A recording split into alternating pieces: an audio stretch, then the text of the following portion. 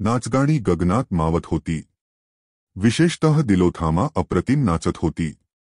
तिच्या नृत्याने मंत्रमुग्ध झालेल्या इंद्राचे त्यावेळी तेथे आलेले दैवी गुरु बृहस्पती यांच्या लक्षात आले नाही आणि म्हणून त्यांनी नतमस्तक केले नाही.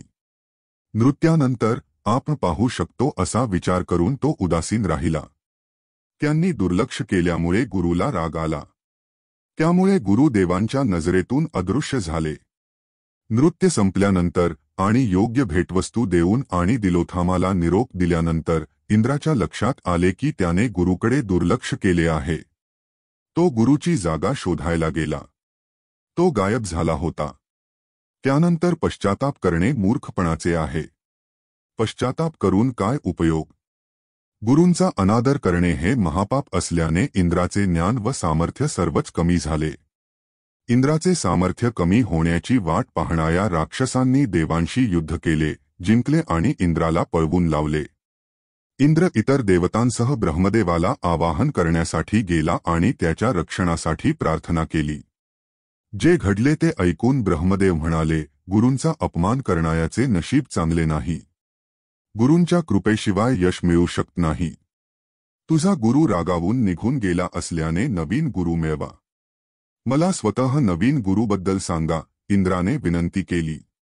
दशप्रजापतीचा पुत्र विश्वरूप हा मोठा विद्वान आहे. पण तो एका असुराचा जावई आहे. त्याला वाटले, पण दुसरा योग्य गुरु उपलब्ध नसल्याने त्याला ठेवण्याचे ठरले. विश्वरूपाने इंद्राला त्याच्याकडे असलेले शिवकवच दिले. इंद्राने ते घातले, शत्रूंचा पराभव केला, आनंदाने जगला आणि त्याला सांगितल्याप्रमाणे केले. काही काळानंतर इंद्राला समजले की विश्वरूप गुप्तपणे असुरांना यज्ञात आपला वाटा देत आहे आणि त्याने त्यांचे मस्तक कापले. त्यामुळे विश्वरूपाचे वडील क्रोधित झाले आणि त्यांनी इंद्राचा शत्रू निर्माण करण्यासाठी 8 दिवस मोठा यज्ञ केला. त्यातून वृत्रासूर नावाचा महाभयंकर राक्षस जन्माला आला. वृत्रासूर वादळाप्रमाणे गर्जना करत इंद्राचा युद्धभूमीवर पराभव करून त्याला पळवून लावला. पराभूत होऊन इंद्र महाविष्णूला शरण गेला, जे इतर देवांसह वैकुंठात होते. त्याने त्याला काय झाले ते सांगा आणि त्याला वाचवण्यास सांगितले. महाविष्णूंनी विचार केला, दादेसी नावाचा एक ऋषी आहे. त्या दिवशी देव आणि दानवांनी समुद्रमंथन केले, तेव्हा त्यांनी आपली शस्त्रे दादेसीला सुरक्षित ठेवण्यासाठी दिली.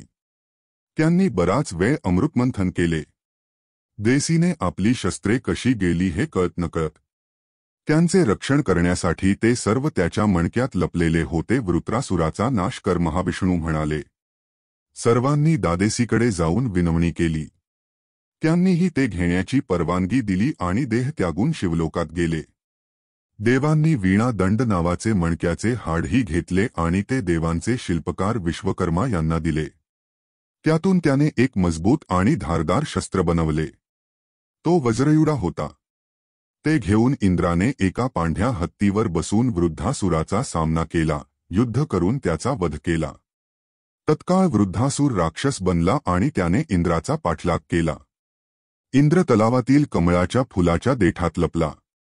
कमळाच्या देठावर बसून केलेल्या चुकांचा तो विचार करत राहिला. त्यावेळी इंद्राने रोज गुरु बृहस्पतीची स्तुती केली.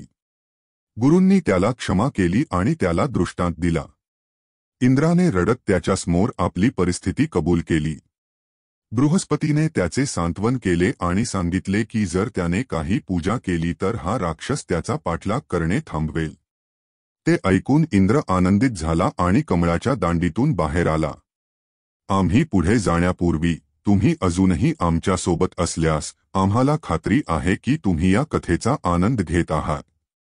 आम्ही या पवित्र कथा तुमच्यापर्यंत आणण्यासाठी खूप प्रयत्न करत आहोत आणि आम्ही त्या बदल्यात कौतुकाचा एक छोटासा हावभाव, एक साधा लाईक आणि सबस्क्राईब करतो. कृपया ती बटणे दाबण्यासाठी थोडा वेळ द्या आणि तुमचा पाठिंबा दर्शवा.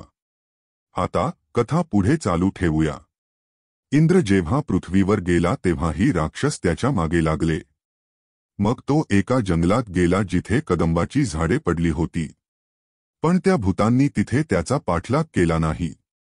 त्याने ठरवले की येथे काहीतरी खास असले पाहिजे आणि आपल्या देवांना सर्व दिशांना शोधण्यास सांगितले. तेव्हा देवांना तिथे एक शिवलिंग आणि तलाव सापडला.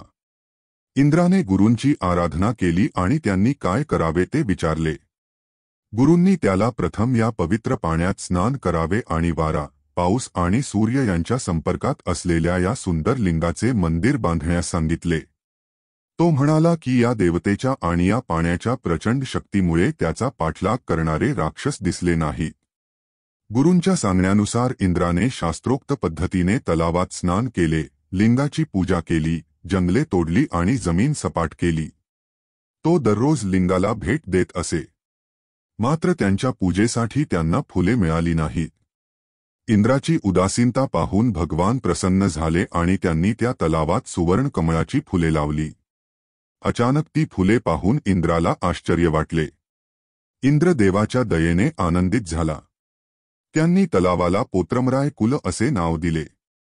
त्यांनी कमळाची फुले तोडून शिवाला नमस्कार केला. इंद्राने केलेली उपासना पाहून भगवान प्रसन्न झाले आणि त्या ठिकाणी प्रकट होऊन त्याला राक्षसांपासून मुक्त केले.